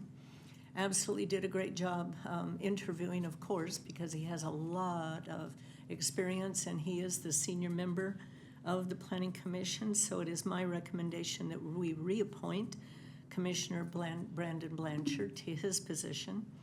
The ex officio members, I was very impressed with the applicants that we had. We had several from the north area as well as from the south area. And what the council had discussed is that we would like 1 member from each, 1 from north, 1 from south.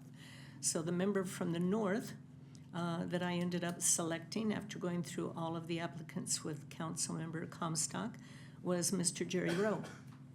Jerry has been a member of his area and lived in his house for 32 years. He has attended 9 years worth of city council meetings and planning commission meetings. I think he's only missed 2 in 9 years. The man needs to get a life. I mean, why you would come to these all the time, I don't know. And then the other applicant from the south area is Mr. Drew Sasser, which many of you probably will know. Drew has lived in the years for 42 years. He's been in this area. Yep, 44 years, sorry, I thought it was 42. And of course has seen a great deal of changes and is very familiar with the area that he lives in. So it's my recommendation that we appoint Mr. Brandon Blanchard as a planning commissioner, and members Jerry Rowe and Alan Drew Sasser to the ex officio members of the Planning Commission. Karen, council members that sat in on the interviews, would you like to make any comments? I just want to thank everybody that takes part in any commission application, whether it be for Community Services, Park and Recreation, or the Planning Commission.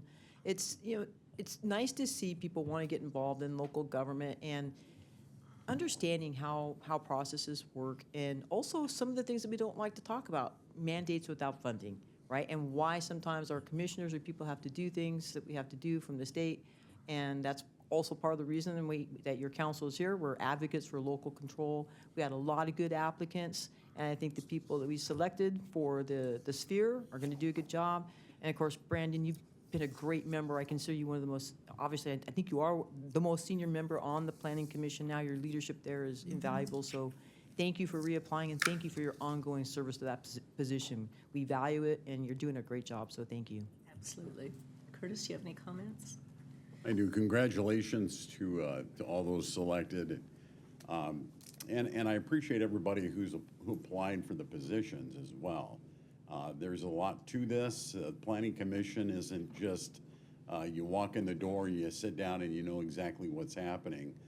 There's a lot of reading involved. There's a lot of background to be done. Brandon Blanchard has been on this commission for many, many years. He is the leader of that commission at this point in time, for sure. I had the great honor of serving on the Planning Commission with Brandon, and learned a great deal from him sitting next to him. Brandon, congratulations. You know what? You're right where you need to be, and we appreciate you reapplying to continue to contribute to the community. And Jerry and Drew, same with you guys. Thank you very much. I've known you two for quite a long time as well. I appreciate the time that you're going to give in this new position. Mark? I just want to echo what the previous comments were. Congratulations to all three of you for being selected. Brandon for remaining in your position, and then for Jerry and Drew for being selected as a sphere of influence. There was a lot of people that applied, and I will have to say the people that I interviewed extremely qualified. We had engineers, civil engineers that were interested in, that actually had done some work for the city. And then we also had other people that were attorneys, doctors, that all wanted to be involved. So the competition was very, very tough. The amount of people that we have applying and the backgrounds that they're coming from is getting more and more competitive as the time goes on, it seems. But I just want to tell you guys thank you. It's a lot of work. It's a lot of commitment, and I really, really appreciate what you guys want to do for the city. Thank you. Okay, gentlemen, if we have a motion from Councilman Flores, second from Mayor Pro Tem Burton. Please vote. Passes unanimously. Gentlemen, if you would like to come up front and get sworn in, please.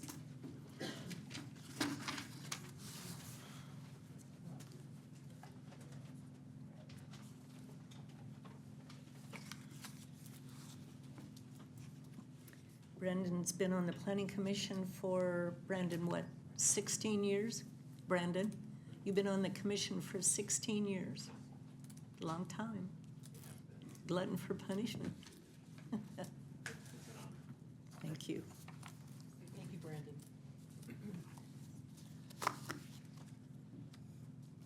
Please raise your right hand and repeat after me. I state your name.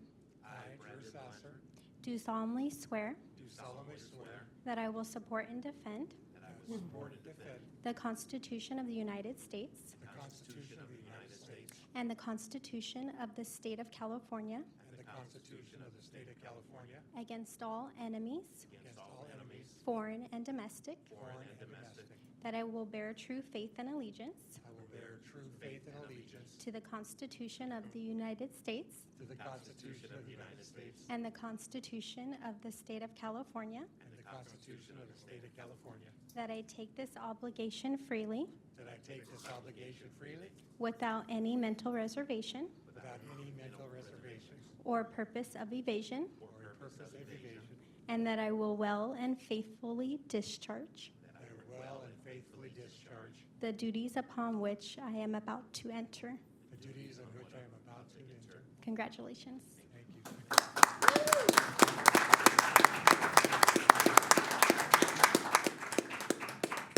I'd like to give you each an opportunity to say a few words if you'd like. To the community as well as the council and the mayor, I take this very seriously. I am humbled, I am honored, and I take this obligation willfully and look forward to serving another 4 years. I know we have a lot of things to do based on the laws of the state, but also trying to keep our community, and trying to keep that feel that we have. So thank you again for the opportunity and for the reappointment. Thank you, community. Thank you, Brandon. Yes, council, thank you very much. I appreciate you guys. I'm looking forward to, actually, I'm excited about the opportunity to learn more about what's going on in the city. Of course, I do have to say that exploding waffle thing sounded pretty awesome. So I don't know, I'll have to decide tonight which way I'm going to go. But no, thank you very much. I'm looking So your ice cream booth is now going to have exploding waffles? No exploding waffles, just ice cream and lots of good stuff. Thank so. you. I think waffles would be a good addition to ice cream. It might. This will be unusually short for me. Thank you, Mayor. Thank you, Councilman. I appreciate your support, and I'll do my best. Thank you, for Jerry. Thank you. Thank you very much.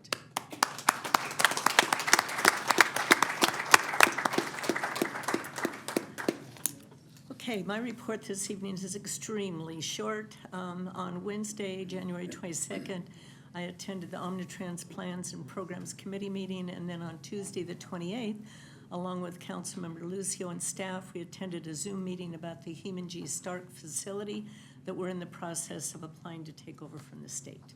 That's all I have this evening. Mayor Pro Tem Burton. Thank you, Mayor. On January 23rd, I attended the Chino Basin Desalter Authority Finance Committee Board meeting. And then after that, I attended a neighborhood meeting at Cross Point Church. On the 24th, the Southern California Water Coalition Board of Trustees meeting. I attended that with our staff member, Hajan Lee. On the 25th, I attended the Chino Valley Historical Society annual meeting. The 27th, my one-on-one with the city manager, and then the Animal Services JPA briefing. On the 29th, actually the 29th through the 31st, I attended a conference by the League of California Cities. On February 1st, I had the great honor of working the Run for Russ. There were over 1,100 runners. I believe we had 1,150 register, and there was, I think, 1,107 actual runners that day. I appreciate everybody that came out for this very, very worthwhile event. It continues to grow, it's stabilized, and it's just one of the best shows in town, folks. If you've never been there, you owe it to yourself to come out and check it out. It's a great, great time with your family. At noon, I traveled to Tres Hermanos, again with Hajan Lee, our Director of Public Works. That's pretty interesting to go out and take a drive out there out in the country. A lot of acreage and a lot of neat things going on. And then on the 3rd, I had a Water Facility Authority orientation and tour. And then after that, I had my one-on-one with the city manager. And that's it, Mayor.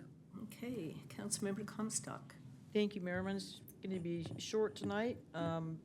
On January 27th, I attended my weekly one-on-one meeting with the city manager and staff. Also a local community member about issues of mutual concern. Also later that same evening at 6 p.m., I attended the Community Services Commission meeting, which a lot of what you heard was on the agenda of the subject here tonight on fireworks. On January 29th, I attended the Chino Valley Unified School District Measure G bond oversight meeting at their new district headquarters.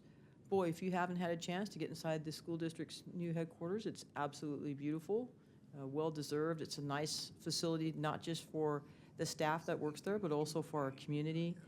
They did talk about,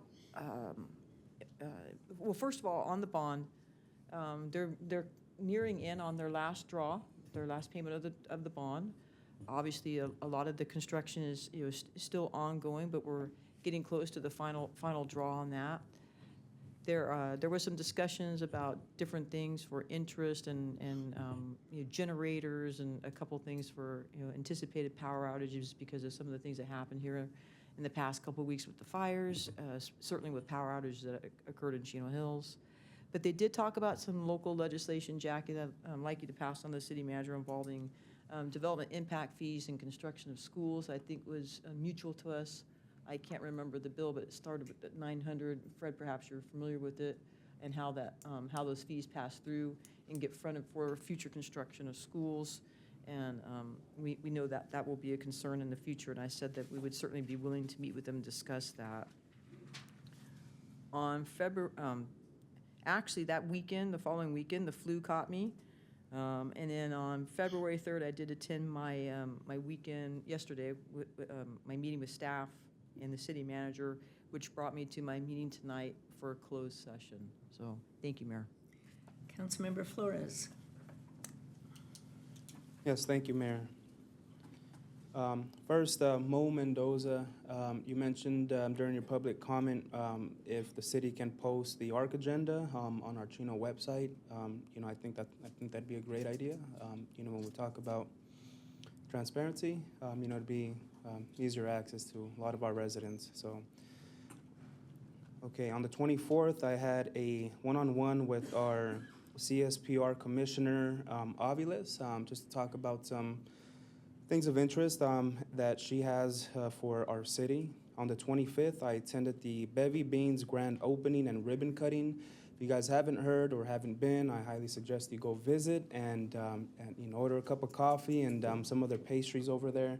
It was such a great turnout. I go to a lot of these grand openings, and usually the attendance is not really high. But man, we had over, what was it, Melissa? Over 150 people or something like that. So I highly recommend you guys check them out. They're off of Riverside over at the Slater Brothers Shopping Center. On the 31st was also the grand opening for All American Express Car Wash. Now that day I didn't have a chance to attend, but in looking at the photos and talking to our staff and the rest of the community, it was also a great turnout.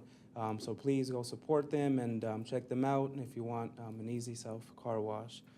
And with that being said, thank you to all the other residents who came out to speak tonight, and to Brandon, to Jerry, and to Drew. I wish you guys the best and continued success. And the Planning Commission is not the fun commission, as they say. So I commend you guys for going through the process and applying. And as was mentioned by our Mayor Pro Tem, to those that did apply and didn't get the position, I highly recommend you stay involved and you pay attention. And there will come another round of applications, so we look forward to your applications again. Thank you, Mayor. Welcome. Councilmember Lucio. Yes, on the January 27th, I met with Aaron O'Leary from Lewis Communities regarding the proposed community center that's going to be built there in the preserve. I think there's still some things that we got to work out in order to get that built.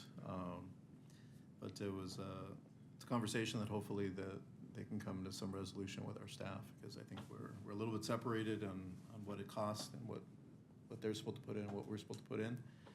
And I will say that some of the things they're proposing I'm not 100% in favor of.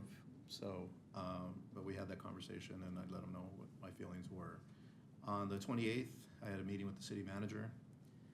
Later that day, I also attended via Teams the ad hoc committee meeting for Stark. On the 1st, I attended the Run for Russ, which, like Mayor Pro Tem Burton said, it's a great turnout.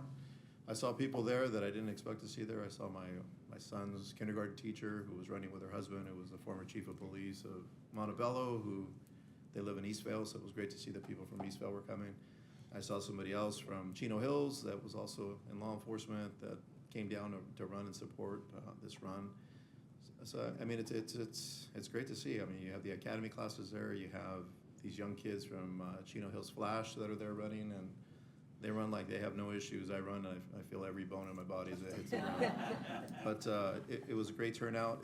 It is really a good event. And then I hear from them, they're all aware of that's the beginning of the Triple Crown. So, you know, they're all involved in running our 3 runs. So it's good to see that it's not just our community, but it's our surrounding communities that also come for the event.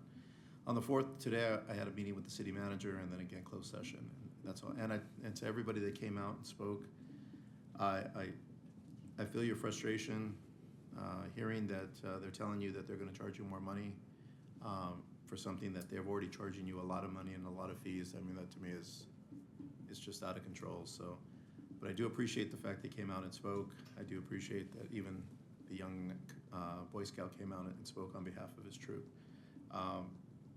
And then Donna, thank you for always being here and speaking out. But like you said, you know, we're not here to punish one person, but like the mayor said, it's a common practice. But we need to do something, because if something bad happens, you know, this is the way we can try to avoid it. You know, unfortunately, we have to take steps to make sure that safety is adhered, and sometimes it requires some changes. And so I think this is a move in the right direction to facilitate something to make sure that these things are stored properly. And that's all I have. Thank you. Thank you. Yeah, I was really sad that I missed the Run for Russ. I think that I've only missed maybe 1 or 2 in 25 years. So that was hard, but I was in no condition to be here, trust me. Absolutely none. Okay, Jackie, Assistant City Manager's report. No report for me this evening, Mayor, just happy to be here. But our Director of Public Works, Ms. Hei-Jin Lee, will provide a director's report later in the evening. Of course she will. Attorney Galante, do you have anything this evening? Just briefly, in response to the comment by our Councilmember Comstock, it's SB 9, gosh, I should wear my glasses, 937, and what it essentially says is it's one of these bills that tries to help foster low-income housing development, but it essentially says that school districts cannot collect those development impact fees until a certificate of occupancy is issued. So in the past, they were able to utilize those funds up front and benefit for the school district. But if it meets certain criteria of housing development, it could be delayed until certificate of occupancy period. So that is all I have. Chief Menson. Thank you, Fred. Thank you, Mayor. I just want to reiterate, thank you, everybody that came out for the Run for Russ. It was a phenomenal event, and like I said, over 1,100 runners, police academies, and everything else. Thank you, Mayor Pro Tem, for being the MC and doing a great job that you do every year. To our Public Works team that was out there super early in the morning, getting the roadways closed down, and then the Chino Kiwanis for sponsoring the pancake breakfast. So it was a wonderful event, very successful, and obviously keeping Russ's name alive, because as time goes on, fewer and fewer people that actually knew Russ. So, and then And I apologize, Chief, I want to thank you again for stepping up and handing out medals. We weren't shorthanded, but we appreciated you stepping up. The mayor wasn't there. I handed out first place on behalf of the mayor this time. So that's the reason why. I'll relegate that back to her next year. Thank you. So, and then just second, I want to talk about just our efforts of traffic safety. That is a big thing here in Chino. You know, people in the way they drive, it's not a Chino issue. It's a problem all throughout the state, just with our roads being more and more impacted. Our traffic unit was out even just this morning, to the point when I was walking around the station, stuck my head in the traffic sergeant's office, thanked him for their work that they did this morning. Another example, Friday, our assistant city manager received a phone call here at City Hall, reference a resident that lived on 9th Street, complaining about a motorist driving recklessly down 9th Street. And so Monday morning, we had a motor officer that went out there, parked their motorcycle, was there waiting for for a few minutes, and then sure enough, this motorist came down 9th Street, high rate of speed, ran a couple of stop signs. We were there, we pulled them over. The driver was issued a citation for reckless driving, and their car was impounded. And so I know you see the violations, you don't see an officer right there, but those people that are committing those violations are also doing it right around the corner where our officers are at. And it's just a matter of time before they're caught. And if it is reckless, that we'll take enforcement action and their vehicle will be impounded. So. It's just frustrating, Kevin. I mean, I know everybody's seen it, but people just go right through red lights, right through stop signs. They don't care. And the fines are, I mean, the fines are expensive. The fines for these violations, not only just the fine itself, but the fees that go along with it. So it's costly, and we write a lot of tickets. Good.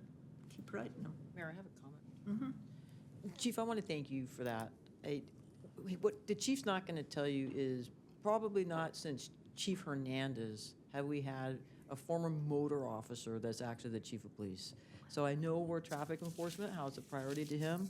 You know, Kevin was a skilled traffic officer, skilled motor, a reconstruction specialist. So, Chief, I know how important that is to you as far as enforcement. It's one of the most common complaints, as you know, in your capacity in our community. So thank you for your ongoing commitment to it. And Donna, I know that we will continue to work with you and other residents.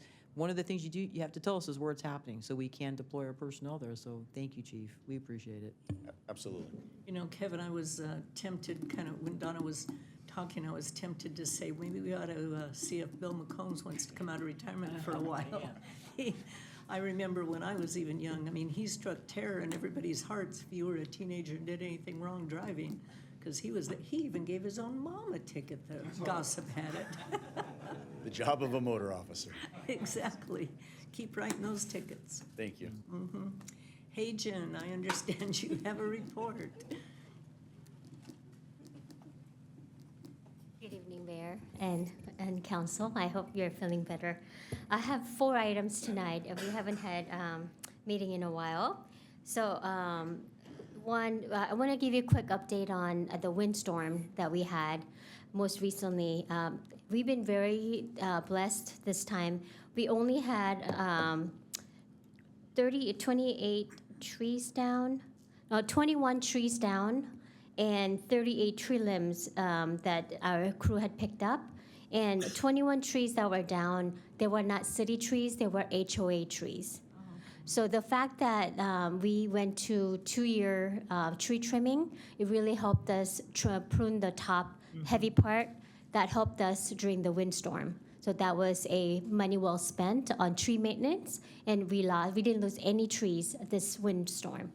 But we did pick up quite a bit of tree limbs that was blocking the roadway. And number 2 item is, Mayor Pro Tem, you've been going to WFA. WFA is a water facility authority. City of Chino is one of 6 member agency. It's a joint power authority, and we get about 30% of our water from WFA. WFA gets water from Metropolitan Water District, and the water, the pipe that is feeding the WFA, we call it the Rialto feeder, that will be out of commission between February 12th and 25th, which means that the water that we would have gotten from WFA will be cut off during those 2 weeks. So we are asking everyone, typically our residents, our customers who are north of Chino Avenue are served primarily from the water from WFA. We ask that customer north of Chino Avenue conserve water between February 25th and 12th and 25th for 2 weeks. We don't think that we're gonna need any additional sources of water, but we do have a emergency water supply agreement with City of Ontario, and we're also in the process of executing one with the City of Upland, just in case. We don't think we're gonna need them, but just in case. We have an intertie, right? Yes. Yeah. And one more item. So Cal Recycle, as you recall, last year Council adopted resolution and municipal code related to the organics recycling, SB 1383. So now Cal Recycle is in the enforcement phase of that. legislation, and CalRecycle will be here flipping the lids of our customers' trash cans to make sure that they are recycling their organics. So we're still trying to coordinate with them, but they are telling us that they will be coming sometime February 3rd and the 6th, which is actually right now. So if there's any residents who might have seen someone with a CalRecycle logo that's lifting their lids, it's not any nefarious reasons other than the fact that they're in the I guess, regulatory compliance inspection phase. So we want to continue to encourage all of our residents to recycle or compost their organics. And one more item that I want to bring it to everyone's attention. I know we've been getting a lot of attention regarding the illegal dumping.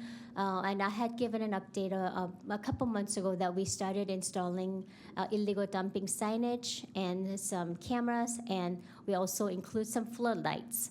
So those are being installed in the alleys, mostly on the areas and the numbers and letter streets in this part of town. And we are also partnering with code enforcement and also our PD to even get some licensed readers and such to detect anyone illegally dumping in our city, and we will get assistance from police and code enforcement to actually prosecute them if we find them. So, Thank you very much. yeah, thank Thanks, you. Jen. Chief Williams. Good evening, Mayor, Council. Hope you're feeling better. Let me start there. Community members and business members, I just wanted to inform, I've already spoken to the city manager about this, but we've already started as of yesterday the 3rd, February 3rd. The counter at the Chino Valley Fire District will no longer be open on Fridays to come in and process permits. So I wanted all the business owners to know that. You can come in Monday through Thursday. Most of the processing now is done electronically, so that's one of the reasons why it's more efficient for our staff. And then we did have some safety concerns with folks being in there on Friday by themselves, and we've had a few issues lately with some vagrants or whatnot coming in and being threatening. So this was the appropriate move for us at this time. However, if you are a business owner and you do need to come in on a Friday, we still will extend that by appointment. So if you call us by Wednesday at the close of business day and make a request that you need to come in on a Friday, we will accommodate that still. So that's all I have for this evening, and thank you. Okay, thank you very much. Okay, with that, we will adjourn to our regular meeting, which will be held on February 18th at 6 o'clock. If we need closed session, it will start no earlier than 4. With that, we are adjourned.